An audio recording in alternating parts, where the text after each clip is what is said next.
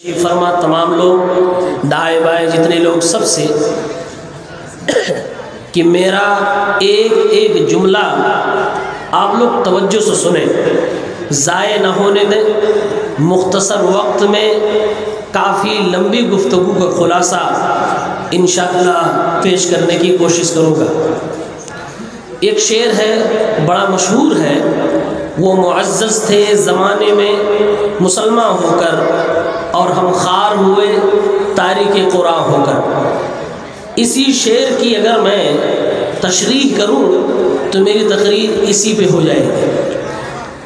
اس میں ایک لفظ آیا تاریک قرآن، یعنی اس زمانے میں جو مسلمان تھے وہ مسلمان تھے، ان کے پاس قرآن تھا، قرآن پہ عمل کرتے تھے، اس لیے عزت دار تھے، اور ہم لوگ ذلیل ہو رہے ہیں، رسوا ہیں، پریشان حال ہیں، کیونکہ ہم نے قرآن کریم کو ترک کر دیا۔ سوال یہ ہے کہ یہ ترک قرآن کیا ہے؟ تاریک قرآن کون شخص ہے؟ کیوں یہ ذلیل و خوار ہو رہا ہے؟ کیا وجہ ہے؟ آئیے قرآن کی روشنی میں اور اقوال سلف کی روشنی میں آپ کو اس بات کی میں وضاحت کروں۔ سورۃ الفرقان کی آیت نمبر 34 میں اللہ نے فرمایا وَقَالَ الرَّسُولُ يَا رَبِّي إِنَّ قَوْمِ اتَّخَذُوا هَذَا الْقُرْآنَ مَهْجُورًا۔ رسول کہیں گے اے رب العالمین، میری قوم کے لوگوں نے قرآن کریم کو ترک کر دیا ہے۔ اس کی دو تفسیر علماء نے کی، ایک یہ کہ دنیا میں آپ نے کہہ دیا اور یہ بات ختم ہو گئی، دوسری تفسیر یہ ہے کہ آخرت میں یہ بات اللہ کے نبی صلی اللہ علیہ وسلم اللہ تعالیٰ سے شکایت کرتے ہوئے کریں گے۔ گویا کہ قرآن کے مجرم وہ مسلمان ہیں جو اس آیت پہ فٹ آتے ہیں۔ ہم اور آپ مسلمان ہیں الحمدللہ، قرآن کریم کے کہیں مجرم تو نہیں ہیں، یہ ہمیں اور آپ کو چیک کرنا ہوگا اس آیت کی روشنی میں۔ اللہ کے نبی فرمائیں گے اے میرے رب، میری قوم کے لوگوں نے اس قرآن کریم کو ترک کر دیا تھا، چھوڑ دیا تھا، یہ شکایت اللہ کی بارگاہ میں اللہ کے نبی صلی اللہ علیہ وسلم کریں گے۔ 5 کام قرآن کریم کے تئیں ہمیں اور آپ کو کرنے ہیں۔ اگر یہ 5 کام ہم نہیں کر پائیں گے تو ہم قرآن کریم کے چھوڑنے والوں میں سے ہوں گے، ترک کرنے والوں میں سے ہوں گے، اور قرآن کے مجرموں میں سے ہوں گے۔ رمضان آنے والا ہے، رمضان میں مسلمان کا قرآن کا گہرا رشتہ ہوتا ہے۔ اللہ کے نبی صلی اللہ علیہ وسلم قرآن کریم رمضان میں حضرت جبرائیل کے ساتھ دہراتے تھے۔ آخری رمضان میں آپ نے 2 بار اس کو دہرایا۔ قرآن کے 5 حقوق ہیں، ابن قیم رحمۃ اللہ علیہ اپنی کتاب کے اندر بیان کرتے ہیں کہ قرآن کو چھوڑنا اور تم خار ہوئے تاریک قرآن ہو کر، یہ تاریک قرآن کون ہے اس کی تفسیر کرتے ہوئے فرماتے ہیں 5 کام جس نے قرآن کے حوالے سے نہیں کیے تو وہ اللہ کی بارگاہ میں کل مجرم ہوگا، قرآن کریم کا مجرم ہوگا۔ نمبر 1، قرآن کو جو شخص سنتا نہیں ہے، جو قرآن کو سنتا نہیں ہے وہ قرآن کا مجرم ہے۔ قرآن میں اللہ تعالیٰ نے فرمایا کافروں کے حوالے سے وَقَالَ الَّذِينَ كَفَرُوا لَا تَسْمَعُوا لِهَذَا الْقُرْآنِ وَالْغَوْا فِيهِ لَعَلَّكُمْ تَغْلِبُونَ۔ کافروں نے کہا قرآن کو نہ سنو، اور جب قرآن پڑھا جائے تو شور کرو، چلاؤ، واویلا کرو، نانسنس باتیں کرو تاکہ تم کامیاب ہو جاؤ۔ پرانے زمانے میں نبی پاک صلی اللہ علیہ وسلم کے دور میں مشرکین مکہ، قریش کے کفار اللہ کے نبی صلی اللہ علیہ وسلم کی بات لوگ نہ سننے پائے، اس کے لیے جہاں قرآن پڑھا جاتا تھا وہاں چیختے تھے، چلاتے تھے، تو یہ ان کا کام ہے کہ قرآن نہ سنا جائے۔ اس لیے مسلمانوں کا پہلا حق ہے کہ قرآن کریم کو سننے کی عادت ڈالیں۔ سننے سے یہ بات سمجھ میں آتی ہے۔ اس میں ایک ضمناً میں اشارہ کرتا ہوں جو عام طور سے حفاظ ہیں، علماء ہیں ہم جیسے لوگ، ہم قرآن نہیں سنتے عام طور سے۔ عالموں کو بھی قرآن سننا چاہیے کسی اور کی زبان سے، حفاظ کو بھی قرآن سننا چاہیے کسی اور کی زبان سے۔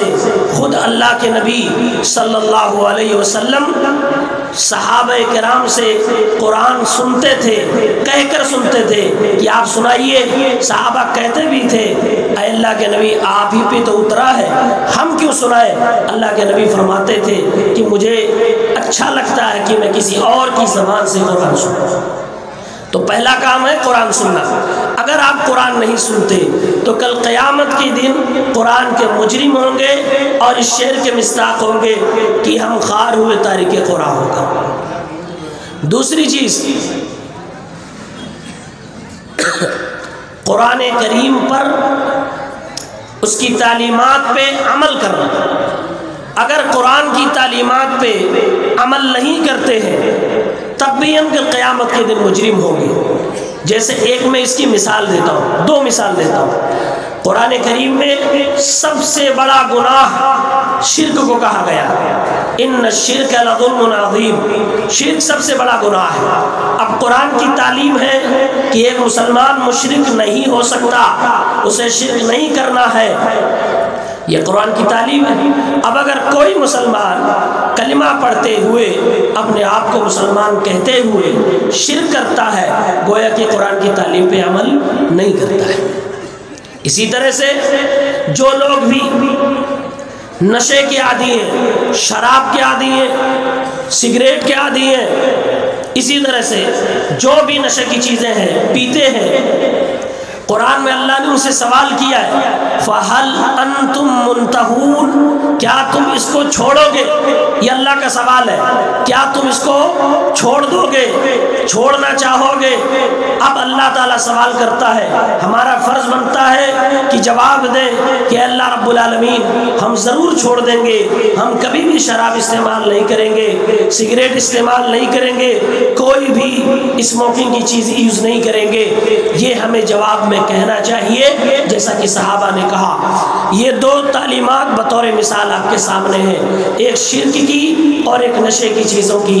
اگر آج دنیا میں ہم قرآن کی تعلیمات پہ عمل نہیں کرتے ہیں، کل اللہ کی بارگاہ میں ہم قرآن کے مجرم ہوں گے، اور یہ شعر جو ہے ہم خوار ہوئے تارک قرآن ہو کر اس کے ضمن میں آئیں گے۔ تیسری چیز، ہمارے اور آپ کے جھگڑے جب ہوتے ہیں تو ہم جھگڑے اپنے کہاں لے کے جاتے ہیں؟ فیصلے کروانے کے لیے کورٹ میں، کچہری میں، پنچایت میں، مکھیا جی کے پاس، لیکن کبھی شاید مسجد کے امام صاحب کے پاس جاتے ہیں، ہے نا؟ کبھی آپ نے دیکھا کہ دو بھائیوں میں لڑائی ہو گئی زمین جائیداد کو لے کر، اور دونوں بھائیوں نے کہا کہ چلو مسجد کے امام صاحب کے پاس اور ان سے فیصلہ کروا لیں گے۔ ابا کا انتقال ہوا ہے، ابا کی جائیداد کیسے بٹے گی، چلو امام صاحب سے پوچھ لیتے ہیں۔ چلو برہیٹ مدرسہ چلتے ہیں، شیخ الحدیث عبد الرحمن فیضی حفظہ اللہ سے پوچھیں گے، ان سے مسئلہ پوچھ کے قرآن کے مطابق فیصلہ کر لیں گے۔ ایسا نہیں ہوتا ہے، لیکن کرنا ہم کو ایسے ہی چاہیے تھا، ایسے ہی ہمیں کرنا تھا۔ حضرت عمر رضی اللہ عنہ کے پاس ایک منافق اور ایک یہودی دو لڑنے لگے، لڑتے لڑتے ان کے پاس آئے۔ یہودی کہہ رہا ہے کہ چلو محمد رسول اللہ کے پاس فیصلہ کروائیں گے، منافق کہہ رہا نہیں، چلو کسی اور کے پاس، کعب بن اشرف کے پاس، حلا کے پاس، وہاں چلتے ہیں فیصلہ۔ بات سمجھنے کی ہے کہ یہودی کہہ رہا ہے کہ محمد کے پاس چلو، اور منافق جو کہ مسلمان مانا جا رہا ہے وہ کہہ رہا نہیں یہودی کے پاس چلو۔ حضرت عمر کے پاس چلے گئے۔ حضرت عمر فاروق رضی اللہ تعالیٰ عنہ نے پہلے اس منافق کی گردن اڑا دی۔ کیوں؟ اس لیے کہ وہ فیصلہ قرآن کے مطابق نہیں کروانا چاہتا تھا، وہ اپنے من کے مطابق قرآن اپنی زندگی کا فیصلہ کرنا چاہتا تھا۔ تو تیسرا حق قرآن کا یہ ہے کہ ہم اپنے زندگی کے فیصلے قرآن کے مطابق کرے، تحاکم ہمارا قرآن کی جانب ہونا چاہیے، شریعت کی جانب ہونا چاہیے۔ اگر ایسا نہیں کیا کل قیامت کے دن ہم قرآن کے مجرم ہوں گے۔ چوتھی بات، قرآن کریم کو سمجھنا چاہیے، اس کو پڑھنا چاہیے اور اس کو سمجھنا چاہیے۔ آج ہم کتنے لوگ ہیں جو قرآن پڑھتے ہیں؟ چلیے ایک سوال آپ سے کر لیتا ہوں، کوئی نجی سوال ہے۔ اتنے بڑے مجمع میں کتنے لوگ ہیں جو پچھلے رمضان کے بعد سے لے کر آج کی رات 21 فروری سن 2025 تک ایک پارہ قرآن کی تلاوت کی ہے؟ ہاتھ اٹھا دیں۔ کتنے لوگ ہیں جو پچھلے رمضان سے لے کر آج کی رات تک صرف ایک پارہ قرآن کی تلاوت کی ہے؟ کوئی ہے؟ اس سے زائد کیے تب بھی اٹھا سکتے ہیں، اس سے کم والے نہیں۔ ایسا لگ رہا ہے کہ ہم اور آپ کا رشتہ قرآن سے نہیں ہے۔ تو یاد رکھو میرے ساتھیوں، اللہ کے نبی صلی اللہ علیہ وسلم نے فرمایا ہے، قبر کے اندر جب انسان جاتا ہے، فرشتہ اس سے جب سوال کرتا ہے من ربکا ومن نبیکا وما دینکا، جواب دے لیے تب تو ٹھیک ہے، لیکن اگر جواب نہیں دے پائے تو فرشتہ مارتا ہے اور بہت بری مار مارتا ہے۔ مارتے مارتے فرشتہ کہتا ہے لا تلیتا ولا دریتا، تم نے تلاوت نہیں کی اور نہ قرآن کو سمجھا ہے۔ معلوم یہ ہوا قرآن کی تلاوت نہ کرنے کی وجہ سے، نہ سمجھنے کی وجہ سے قبر کے اندر انسان کو مار پڑتی ہے۔ یہ تو قبر میں سزا ہے، مرنے کے بعد، قبر کے بعد اخروی زندگی میں جو جہنم کی ابدی سزا ہوگی وہ سزا الگ ہے۔ لہذا قرآن کریم کو پڑھنا بھی ہے، سمجھنا بھی ہے۔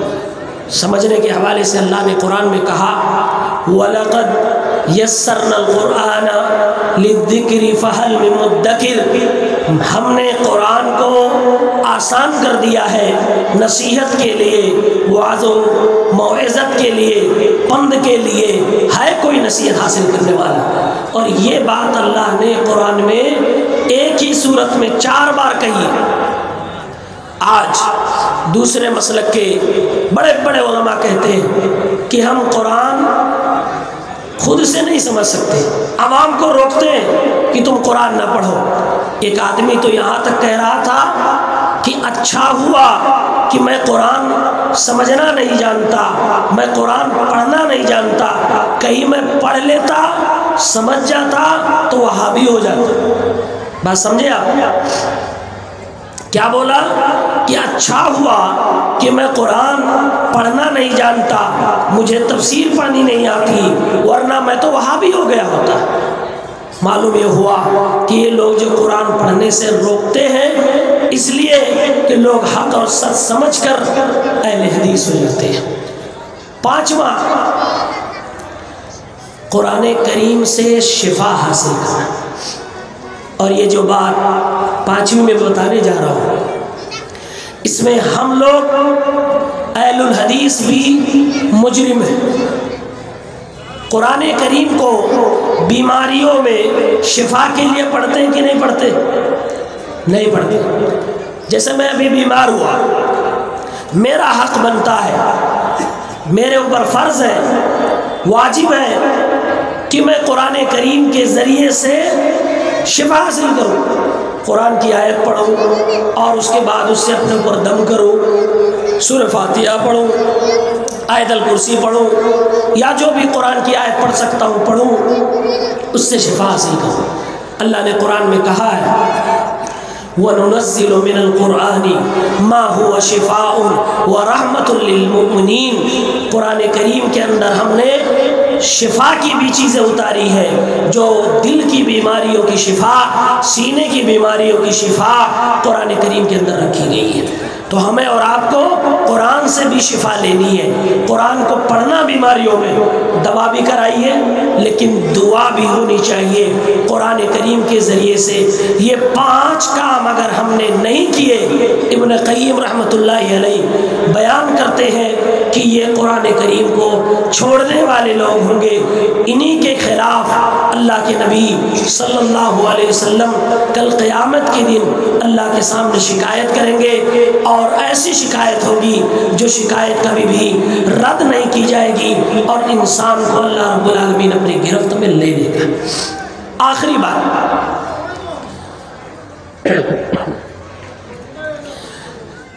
اس مجلس میں کیا کوئی ایسا شخص ہے جو اندھا ہے، جس کو دکھائی نہیں دیتا ہے؟ کوئی؟ میرے خیال سے نہیں ہوگا۔ ہم لوگوں کے پاس 2 آنکھیں ہیں، اس کے علاوہ دیکھیں 25 30 50 آنکھیں سامنے لگی، اور جلسہ کمیٹی نے اعلان کیا ہے کہ 100 کیمرے بھی یہاں لگے تو 100 آنکھیں اور جوڑ لیجئے۔ آنکھوں کی بڑی اہمیت ہے۔ آج دنیا میں ہمیں دکھائی دیتا ہے، تھوڑا کم دکھائی دیتا ہے، چشمہ لگوا لیتے ہیں، چشمے سے دیکھتے ہیں اور کلیئر دکھائی دینے لگتا ہے، لیکن کل قیامت کے دن اللہ تعالیٰ کچھ لوگوں کو اندھا بنائے گا۔ دنیا میں ہم کو اچھے سے دکھائی دیتا ہے، لیکن اللہ اندھا بنا دے گا۔ سورہ طٰہٰ کی آیت نمبر 126 میں اللہ تعالیٰ نے فرمایا وَمَنْ أَعْرَضَ عَنْ ذِكْرِي فَإِنَّ لَهُ مَعِيشَةً ضَنْكًا وَنَحْشُرُهُ يَوْمَ الْقِيَامَةِ أَعْمَىٰ، جو میری عبادت سے، میرے قرآن سے، میرے ذکر سے، میرے دین سے بھاگے گا، اس کی زندگی ہم تنگ کر دیں گے۔ دنیا میں حلال مال نہیں توفیق ملے گی، حلال نہیں کما پائے گا، اور قبر کے اندر زندگی تنگ ہوگی، مرنے کے بعد جہنم میں اس کو تنگی ملے گی۔ اور وَنَحْشُرُهُ يَوْمَ الْقِيَامَةِ أَعْمَىٰ، قیامت کے دن جب اسے اٹھائیں گے تو اسے اندھا بنا دیں گے۔ اندھا آدمی دنیا میں اچھے سے دیکھتا ہے، رات بھر دیکھ رہا ہے، چلتے ہوئے دیکھ رہا ہے، بیٹھے ہوئے دیکھ رہا ہے، رضائی کے اندر گھس کے دیکھ رہا ہے۔ اللہ سے کہے گا قال ربی لم حشرتنی اعمیٰ وقد کنت بصیرا، اے اللہ مجھے تو نے اندھا کیوں بنایا؟ میں تو دیکھتا تھا، مجھے تو اچھے سے دکھائی دیتا تھا، اے اللہ اندھا کیوں بنا دیا؟ کیوں کہے گا جو نماز نہیں پڑھتا، روزہ نہیں رکھتا، دین پہ نہیں چلتا، تلاوت نہیں کرتا، اللہ کا ذکر نہیں کرتا، ایسے لوگوں کو اللہ اندھا بنا کے اٹھائے گا۔ پھر کہیں گے اللہ اندھا کیوں بنایا؟ میں تو خوب دیکھتا تھا، دن بھر موبائل دیکھتا تھا، روڈ پہ دیکھتا تھا، ٹیلی ویژن دیکھتا تھا، نہ جانے کیا کیا دیکھتا تھا۔ اللہ فرمائے گا قال كذلك اتتك آیاتنا فنسیتها وكذلك اليوم تنسى، اسی طرح تیرے پاس میری آیتیں پہنچی تھی لیکن تو نے ان سب کو بھلا دیا، تو آج تجھے بھی بھلا دیا گیا۔ یعنی کہ اب تیری کوئی پرواہ کوئی کرنے والا نہیں ہے، اللہ بھی نہیں پرواہ کرے گا، اور تو قعر مذلت میں جائے گا، جہنم کی گہرائی میں جائے گا، تجھے کوئی بچا نہیں سکتا۔ یعنی کہ بینائی چھین لی جائے گی اور انسان کو جہنم کا راستہ دکھا دیا جائے گا۔ تو اس لیے میرے بھائیوں، جو یہ شعر ہے کہ وہ معزز تھے زمانے میں مسلمان ہو کر اور ہم خار ہوئے تاریخ قرآن ہو کر، اس کا مطلب یہی ہوا کہ ہمیں قرآن کریم پڑھنا ہے، سننا ہے اور اس پر عمل کرنا ہے، اور فیصلے قرآن کے تعلیمات کے مطابق کروانے ہیں، اور اس کو پڑھنا اور سمجھنا بھی ہے، اور قرآن کریم کے ذریعے سے شفا بھی حاصل کرنی ہے۔ یہ ہمارے اور آپ کے اوپر قرآن کے تئیں سے حقوق واجب ہوتے ہیں جو ہمیں اور آپ کو کرنے چاہیے، ورنہ جو میں نے بتائے کہ قبر میں سزا ملے گی، مرنے کے بعد اندھا اٹھایا جائے گا، یہ ساری سزائیں ہیں۔ بس انہی چند باتوں پر میں اپنی بات ختم کرتا ہوں، اور آپ سب سے معذرت چاہتا ہوں، آواز خراب ہونے کی وجہ سے، بخار میں مبتلا ہونے کی وجہ سے میں بہت زیادہ کچھ کہنے کے قابل نہیں ہوں۔ کل انشاءاللہ آپ سب بہترین خطاب سماعت فرمائیں گے۔ ہمارے درمیان فضیلت الشیخ محمد جرجیز السراجی حفظہ اللہ موجود ہوں گے اور